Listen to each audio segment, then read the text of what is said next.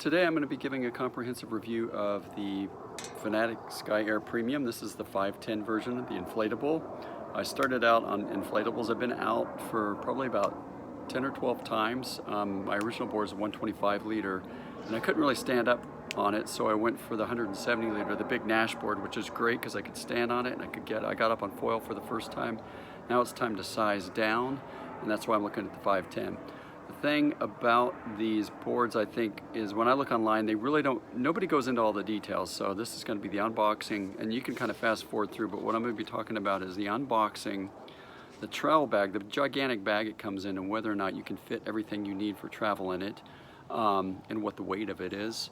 I'll be looking at the board, inflating it, looking at things like the foot straps and how much they stick up, doing a lot of talk about the mast track and some issues about it. The handle, evaluate the handle. I'm going to be looking at the flex of the board, so when I'm kind of moving around on it. I do an air leak test on it, and then we'll look at the rocker of it as well. So, and then just final thoughts. So feel free to fast forward. That's kind of the steps I'm going to take through this video. So I just wanted to say that I'm 6'5" and about 210, 220 pounds when I'm fully wetsuited up. Here's a shot of it with the Nash. It's a 85 centimeter mast with a 2140 high aspect ratio front foil. Here's a quick shot of it sitting upside down with a foil on it. One of the things I'm really curious about is, can I really fit a foil and a wing in the bag with this board? So we're going to be looking at that and just kind of looking at first impressions of it. There's no denying it's a big bag, all right. So let's jump into it. It has backpack straps. I can't imagine ever wearing this thing. It has wheels, and it actually rolls pretty nicely on the wheels. These straps. The other thing is it's not light. So hopefully when I get it all packed in there, it'd be under 50 pounds. First off, I'm impressed how well they kept it together. So they knew they were going to be selling this thing. So it was a demo that they kept everything really ready to go, repackaged. This is what I see when I open it up. So now we're kind of getting into it.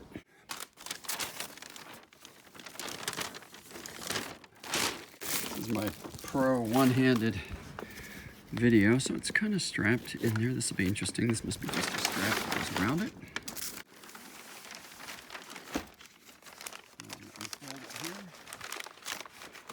Basically just folded in half once, and it's actually pretty small. Even I mean, it's wide, but it's not that big for 150 liters. Forgot to mention that it comes with a repair kit. I think everybody gives one of these away now. Some straps. These are kind of nice. I've got some other ones. We'll see when I'll use that, or if I'll use that on this. And then just your standard pump. So now I've got about 3 or 4 of those. So I'm not sure why they keep giving those away. So step 1, does the 85 centimeter mast fit? Yes, it does. Step 2 is the 2140 Nash fit. Yes, it does. My stabilizer fit. Yes, it does. The big test. My 850 or my 8 meter strike fit. Looks like it will, so I'm going to strap it up, and the big question is, will it come under 50 pounds? Got my scale test going on. Let's see what we got. 42.4. So I could probably fit a wetsuit in there too. So would I ever wear it as a backpack? No way. 42 pounds is just too big and cumbersome. But these wheels are great, so I really think you could travel with it. But I wish these straps were removable. I don't know what's going to happen to those during travel. Don't want to cut them off, but we'll see. Well, it passes the big test is, can I fit it all in there and get it on an airplane? With the wing and the foil and everything, it will, so that's exciting. So that box is going to go away, or bag's going to go away until I travel, and then we're going to blow this guy up and see what it looks like. So now we're going to look at putting it together or inflating it. And for a 150, it's pretty small, I think. So it's got a regular SUP inflation there, so we're gonna inflate it. And I've got this, what's it called, Serene Life pump. A friend of mine got one of these, it's pretty cool. It'll inflate the board to like 16 PSI while I'm doing something like building my foil. 0 to 16 PSI was just a little bit over 5 minutes. I love this thing because it automatically shut off. So 16 PSI, I could take it up a little bit more, but just from the, I don't know, simplicity of doing it that way, that's really quick and cool. So next thing I want to just kind of take a look around the board. Put it on the scale and it's coming in at 17 pounds. It felt kind of heavy when I picked it up at first, but 17 pounds is still pretty light. One of the top complaints I've seen is about the foot straps.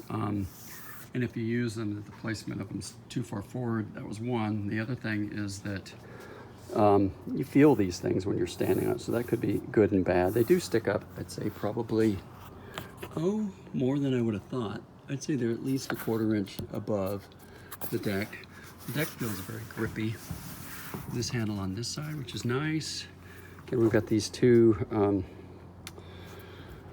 strap holes. You are kind of locked into one strap position, so it's probably hit or miss whether it's what you like. You probably have to move your foil to account for that stance.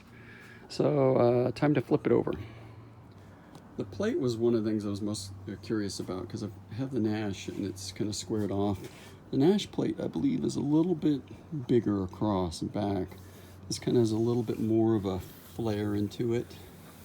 Can't really tell how deep the Nash plate is because it kind of blends in, but this plate definitely stops here, and it's probably about a 1/4 inch. So I think the Nash is thicker, but I can't really tell how thick it is.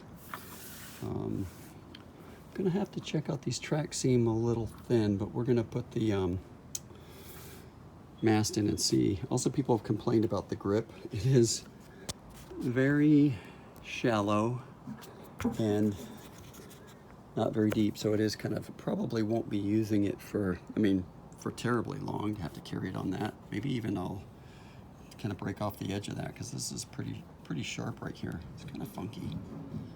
Doesn't really feel like carbon fiber, but I'm sure it is. It's very soft there. So I'm really curious about the balance of this board when I pick it up from that handle, how this whole thing is going to feel. So we're going to pick that up next.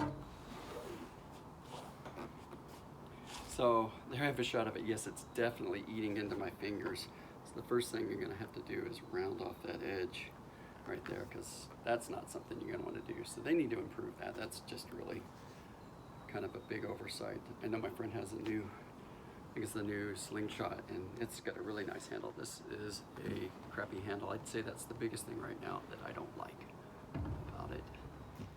So this is probably the thing I'm most curious about, is what does this plate look like underneath here as it goes into this piece, you know, because hard to feel whether how hard that is if it's one shape that's in there.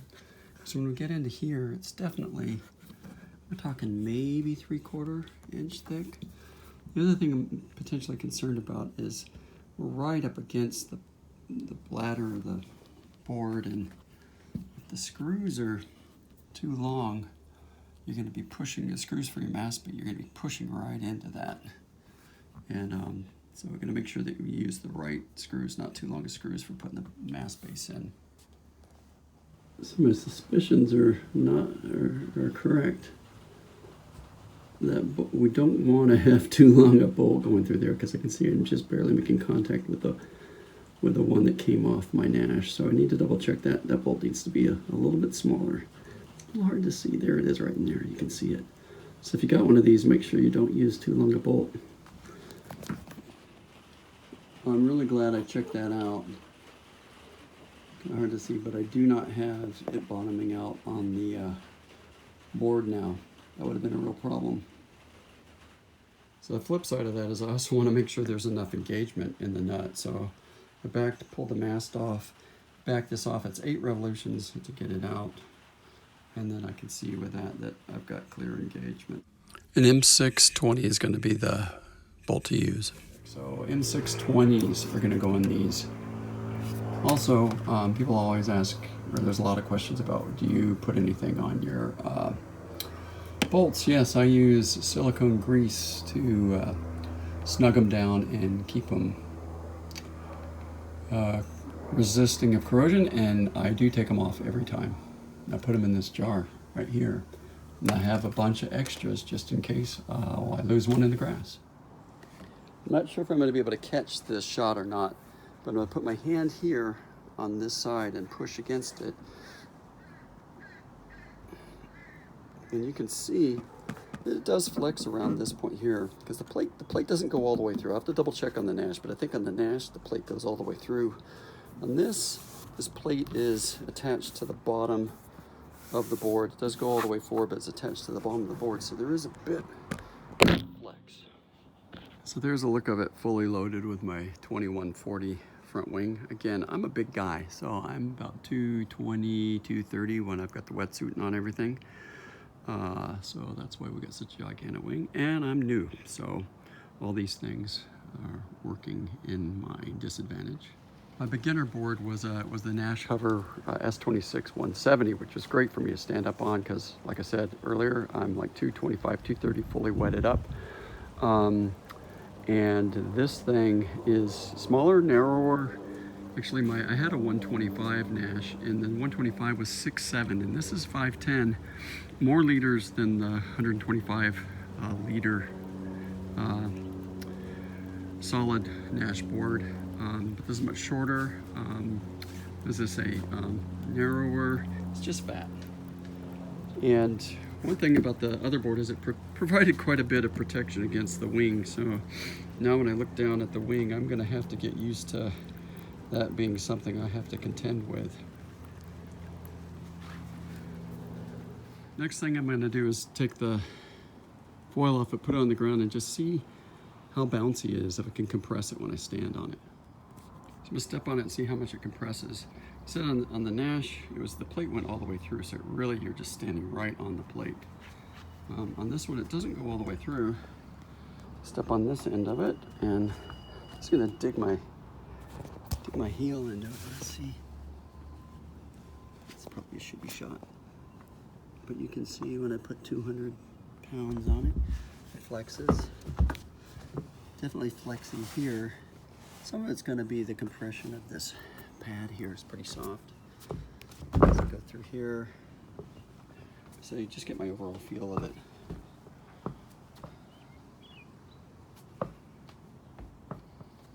I don't know. It does feel pretty stiff there.